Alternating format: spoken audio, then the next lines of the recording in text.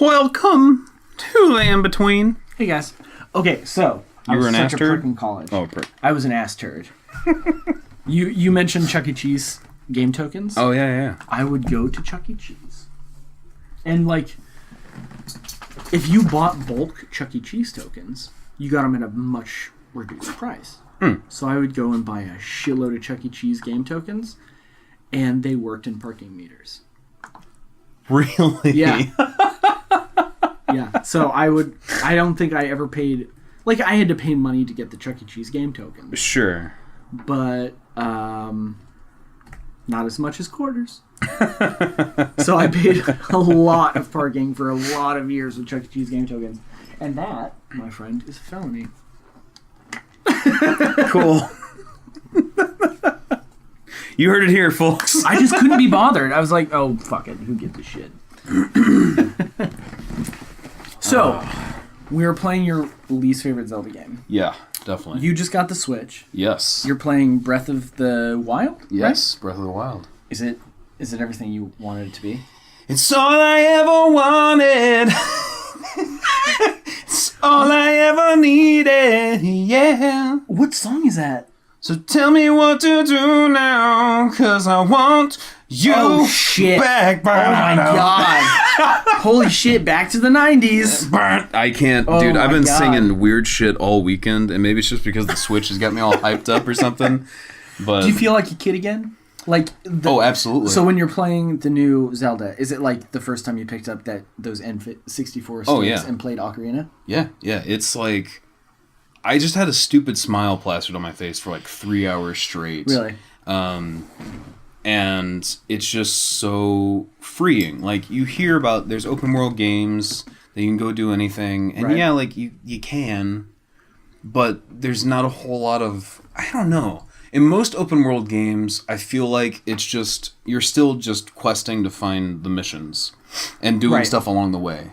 In Breath of the Wild, everything is so interesting to look at that you're like, I want to go there, and I will. And so you see, like, a mountain in the distance that looks really interesting, or, like, a camp of bokoblins, and you're like, I'm going to go take those guys out.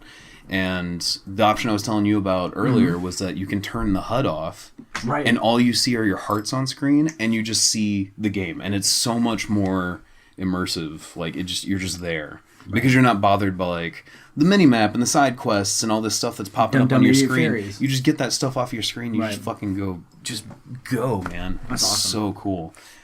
And like, usually in Zelda games, I mean, we experienced with Phantom Hourglass, like, there's a huge intro, a huge cutscene you have to watch, and you have to meet all these characters, and they set up Zelda, and they set up Link, and they set up the bad guy, and there's, some other people that you gotta deal with.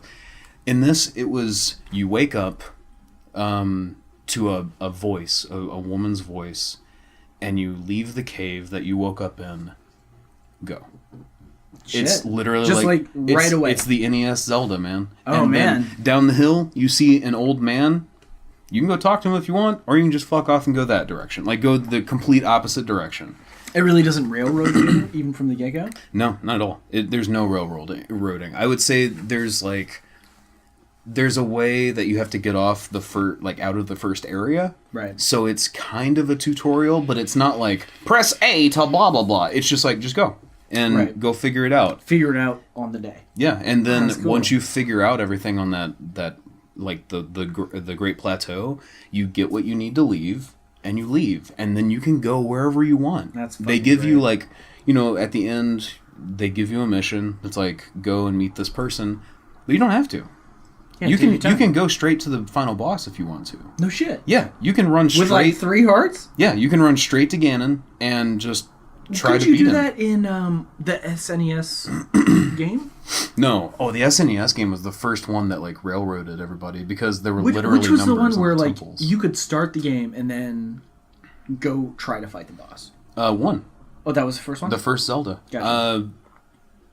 Zelda 2... No, you had to get a bunch of items for Zelda 2 because you had to like break roadblocks and stuff. But Zelda 1, it is a true adaptation of Zelda 1. Really? Yeah, it's Awesome. It's cool, and it incorporates like all the different maps throughout the series. Like, it's another video I'm working on where you can see like you can see the original NES Zelda map on the new map. Oh, really? The Zelda 2 map is in the new map. And then all of the maps up to this one all fit and match in certain ways. Really? Yeah. Oh, that's so cool. Yeah. That was one way that people actually linked up the games before the official timeline came out.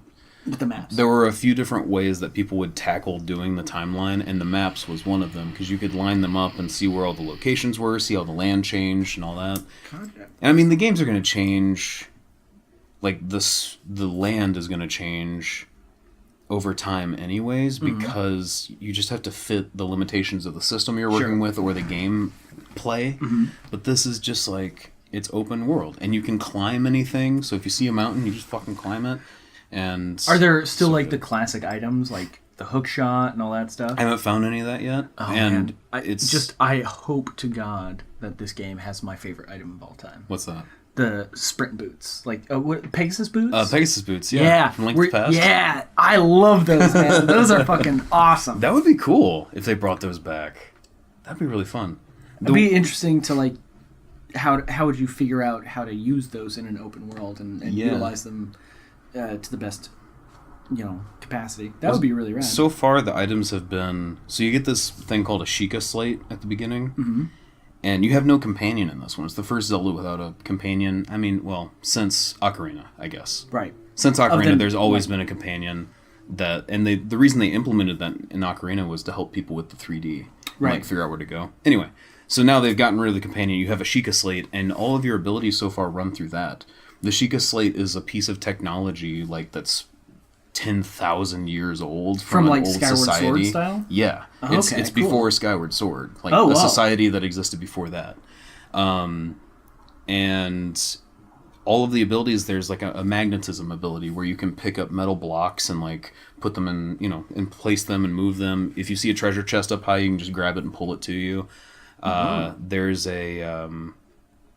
There's a time freeze where you can freeze an object and then hit it a bunch and it'll build up momentum. And when time unfreezes, it'll just like shoot off into the sky. Oh, whoa. It's really fun. But yeah, so far there's been no hook shot. There's been no other items that are classic in the series. The only item that you get is the one that you get to leave the main area that you start in.